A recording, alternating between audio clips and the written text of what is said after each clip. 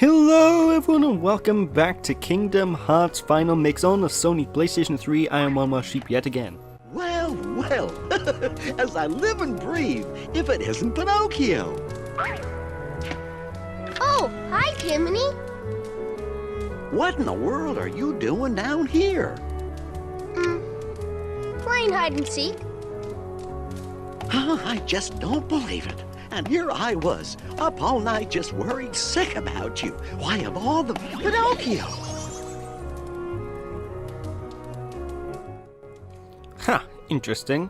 So yeah, Pinocchio's here folks, and this is a cutscene you can quite easily miss actually.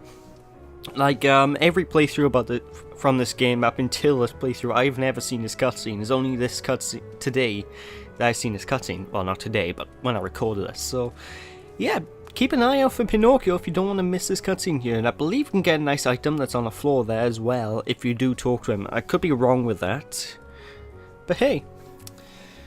But of course, Pinocchio, as loads of you know, is from the film Pinocchio, and if he lies, his nose grows. And that's a bit of a growing problem, to be perfectly honest, so we're going to shrink that down to size. There we go. So once we're done with all this is basically foreshadowing a later world of the game. And no, it's not Pinocchio's standard world like you'd expect. This doesn't go into the giant amusement park place with all the donkey people running around. No. I'm not going to spoil the world, but it's quite interesting, and to be honest, I hate that world, to be honest. But first things first, we need to head off into the new sets of worlds now, because we are now completed with the first load of worlds that we've gone through. So yeah, let's head on going back to our gummy ship. And now one bonus thing I'm going to show off about the gummy ship this time, folks, is the fact we're actually going to modify the ship. We're going to build up our little R-Wing, if you will, and make it so much more powerful. The problem with that is the R-Wing, the customization takes a long time. And also there's a new tournament held at the Colosseum, which we're not going to bother doing. We're not going to do any tournaments up until quite late into the game. Like part 40 something until we do the tournament, so don't worry about that. But anyway, into the year. So I could view the tutorial, but that takes way too long, so I'm just going to explain how the things are done manually. So basically you've got loads of blocks that you can choose from, and you can make a bigger and larger, more powerful gummy ship by utilizing all the blocks at your disposal. As time goes on during the game, you'll be able to gain more blocks, and you'll be able to add more and more things to the gummy ship. We are actually quite limited as it is right now, but I will go a bit mad with the customization. Basically, push the triangle button, I believe it is, and you can actually modify. Why have I got a wheel?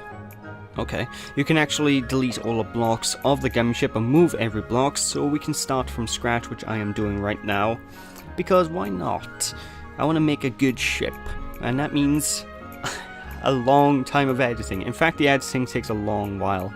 So yeah, you can press the L1 or L2 buttons to go up and down a bunch of layers.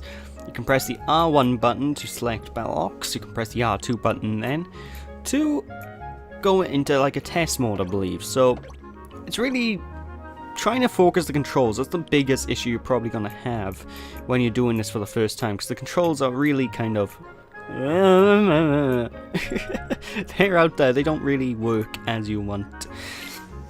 But the first things first is attach some rocket boosters, and I am skipping most of this because I take a long time to do this, unfortunately, folks. But you can also get armor as well, armor type of blocks, which is the blocks similar to these blocks I'm putting down right now, and they give us more health, which you're going to see me put down. Well, you're not going to see me put armor blocks down, but you'll probably see the ship have armor blocks on when it's done. Actually, no, these are armor blocks. What am I on about? Derp. My brain is really not working today. But anyway, considering how awkward this is, that's enough of that nonsense. It takes too long. There's our final finished R-Wing. It looks absolutely nothing like the R-Wing from Star Fox. So, I can live with or without it. Unfortunately, it could be better, it could be worse. Anyway, we got a trophy for that, and you're going to see me stack in trophies a lot more from this point onwards, folks, because I haven't finished this version of the game. Well, I did finish this version of the game, but I didn't... Well, no. Final Mix. I never finished Final Mix before. I never got around to it, so... Yeah, you're going to see a lot of trophies and stuff pop up as we play the game. The same will go for RE Chain of Memories when I eventually tackle that, because RE Chain of Memories I've never even finished once, because that was never released in this country in the first place, and I played the Game Boy Advance version, so that'll be a bit more of an experience for me when I play that. But hey, take this brand new found warp pipe in a minute, and you'll be sent to the next set of worlds that are available in the game. It's kind of like a other world experience. Get it, cause I'm so sorry. But yeah, we need to go to the other set of worlds now, and the first of the other set of worlds we will be seen in this part. In fact, we'll be seeing a little bit of it in this part. We'll be shown off a lot more than I normally would show off the first time I go to a world, so yeah. At least I think so. Either way, long gummy ship flight is long. It's probably the longest gummy ship flight you'll see in the entire game. They all really don't last that long after this part. I think this one's only so long because it's the... I don't know actually, I have no idea why this one's so long. Either way, welcome ladies and gentlemen to Agrabah. Taken directly out of one of my favourite Disney movies of all time. Not my favourite, but one of my favourites, if you know what I mean. I mean, it's not 100%, but it's good. It's no Lion King, but nothing's Lion King now, is it? Lion King's fantastic.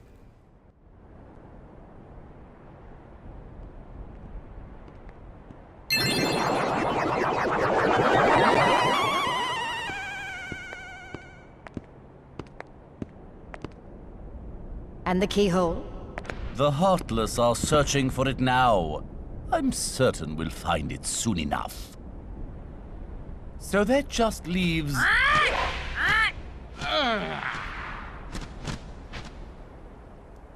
Jafar! I've looked everywhere for Jasmine. She's disappeared like magic. The girl is more trouble than she's worth. You said you had things under control. Agrabah is full of holes for rats to hide in. But why worry about Princess Jasmine? With her, or without her, surely this world will be ours when we find the keyhole. We need all 7 princesses of heart to open the final door. Any fewer is useless. Well, if the princess is that important, we'll find her. Find Jasmine, and bring her to me at once. Don't steep yourself in darkness too long. The heartless consume the careless. Your concern is touching, but hardly necessary.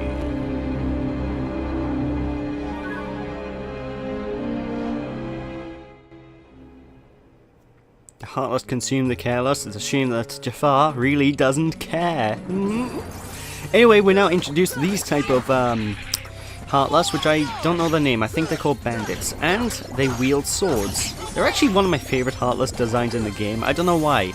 I just like the idea of having these guys use traditional melee weapons against you.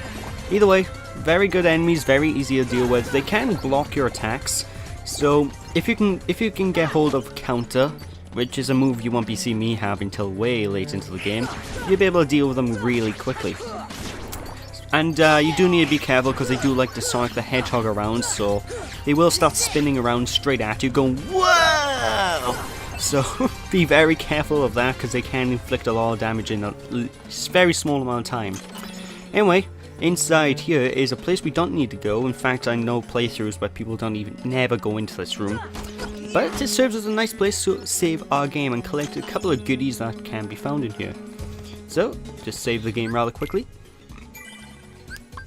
But yeah, as you can tell, Agrabah is probably one of the more awkward levels in the game just because it is literally a giant labyrinth of streets. Which I think is probably a good thing because I think that's what Agrabah is meant to be, literally a labyrinth of streets and stuff where it's easy to get lost. But a lot of levels from this point out in the game, actually, folks, is very labyrinthy. It's very easy to get lost in all these upcoming levels. So once you learn your way around, it's easy enough to get by, but don't be surprised. Don't, you know, expect to get lost at some point or another, because it is very easy to. Anyway, gotta remember as well, Sonic Blade is a very useful move, especially in this world, because we can use it to annihilate just about anything in sight. So feel free to use that, because you gotta go fast. Wow!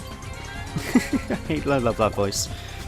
But of course, you might be wondering where we're meant to go next. To be honest, there's loads of places we can go. This is, like I said, this place is like a labyrinth. The only real way to figure out where to go next is literally by looking manually. Kind of like in the beginning of the game when Traverse Town, where you can quite easily get lost there. It's kind of like that. You need to go to specific areas to progress on with the story. And even then, certain areas will initiate cutscenes, certain areas won't. And a lot of areas in this place are actually blocked off, so there's a lot of areas in Agrabah you can't go to just at all yet until you go to a previous area first. Anyway, while we... what the hell? Flying carpet, okay. You can't pull the rug out from under us, can they? Get it?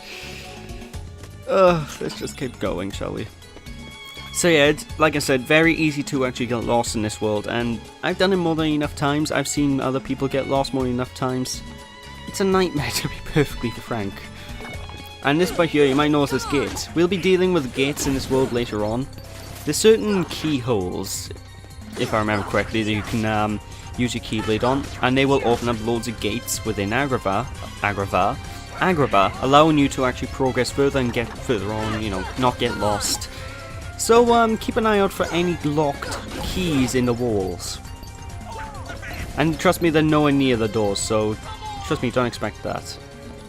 And those, by the way, are plants? No, they're not. Are potted Heartless. Now, the Heartless pots, they can self-destruct. Basically, they learn most of their skills from the School of Pokemon, so they use Tackle a lot, they use self-destruct. And honestly, they're not that big a deal. They're quite easy to deal with. Just keep whacking on them until they die. That's all I can say about them. Anyway, it's time to get on with the main plot, because we are in the main street now, don't you know? And every time I do come here, I do get lost on where I'm meant to go next, so you may see me fumble a little bit throughout this world. Not too much though, I mean, it is blatantly obvious where you're meant to go. Just go to the places where it's lit up and you can go.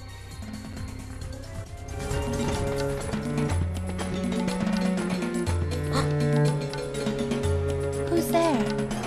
Hello?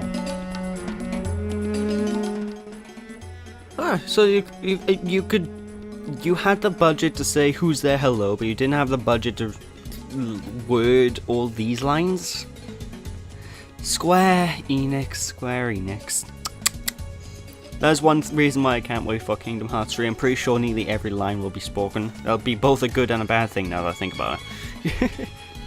A legend. Where might I find this street rat? Jasmine, allow me to find you more suitable company, my dear princess. These little rats won't do, you see. Jasmine, run! Ah, the boy who holds the key. Alright, more enemies to deal with. Okay, I can dig this. So, Jafar, even though he seems rather cocky right now, he's pretty much soon gonna learn that we're gonna be the key to all his troubles. I get it. Key to... I'm sorry. That has never happened to me before. I've never had that box collapse when I stood on it. Interesting. But either way, just kill all the Heartless, and that's one of the keyholes I told you about earlier, where you can unlock different doorways by opening the keyhole. Anyway, what's inside this chest? Mega Potion.